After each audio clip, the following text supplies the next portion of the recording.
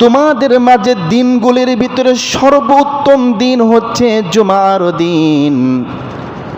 এই দিনের ভিতরে তোমরা বেশি বেশি করে আমি রাসূলের উপর দুরূদ পাঠ করবে, বেশি বেশি করে আল্লাহ রাব্বুল আলামিনের কাছে দোয়া করবে, বেশি বেশি করে তোমাদের জীবনের যত চাওয়া পাওয়া সব কিছু আল্লাহ রাব্বুল আলামিনের কাছে এই জুমার দিনে চাইবে।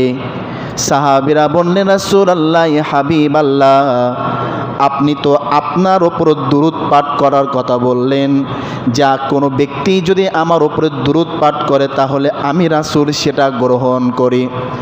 আপনি তো পৃথিবীর ভেতর থেকে মারা যাবেন, আপনি যখন কবরবাসী হয়ে যাবেন তখন পৃথিবীর মানুষের দুরূদ কেমন করে আপনি গ্রহণ করবেন? তখন আল্লাহর হাবিব সাল্লাল্লাহু আলাইহি সাল্লাম বললেন, সাহাবীরা শুনে রাখো, আল্লাহ নবী রাসূলদের দেহগুলোকে এমনভাবে সৃষ্টি করেছেন যে মাটি কেন কোনো জীবজন্তুই এদের অঙ্গকে এবং দেহকে কোনো নষ্ট করতে পারবে না।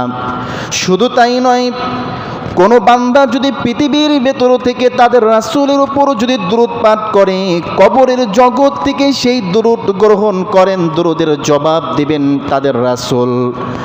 আর কোনো বান্দা যদি আল্লাহ রাব্বুল আলামিনের কাছে ফজরের পর থেকে আসর পর্যন্ত এই মধ্যবর্তী সময়ের ভেতরে যদি দোয়া করে, যে দোয়া করবে আল্লাহ রাব্বুল আলামিন তার সেই দোয়াকে কবুল করে দিবেন। সুবহানাল্লাহ।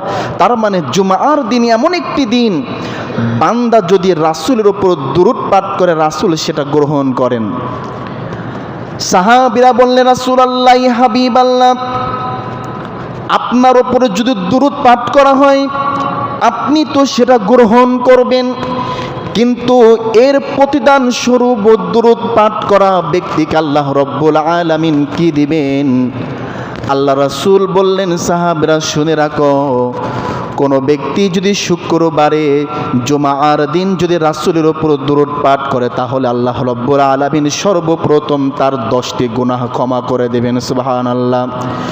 10টি মর্যাদা তার উপর বৃদ্ধি করে দিবেন, 10টি গুনাহ ক্ষমা করে দিবেন, 10টি নেকি তার উপর রেখে দিবেন, এবং আল্লাহ রাব্বুল আলামিন 10টা বালা মুসিবত থেকে আল্লাহ রাব্বুল আলামিন দুরূদ পাঠ করার কারণে বালা মুসিবত থেকে তাকে হেফাজত করে দিবেন। সুবহানাল্লাহ।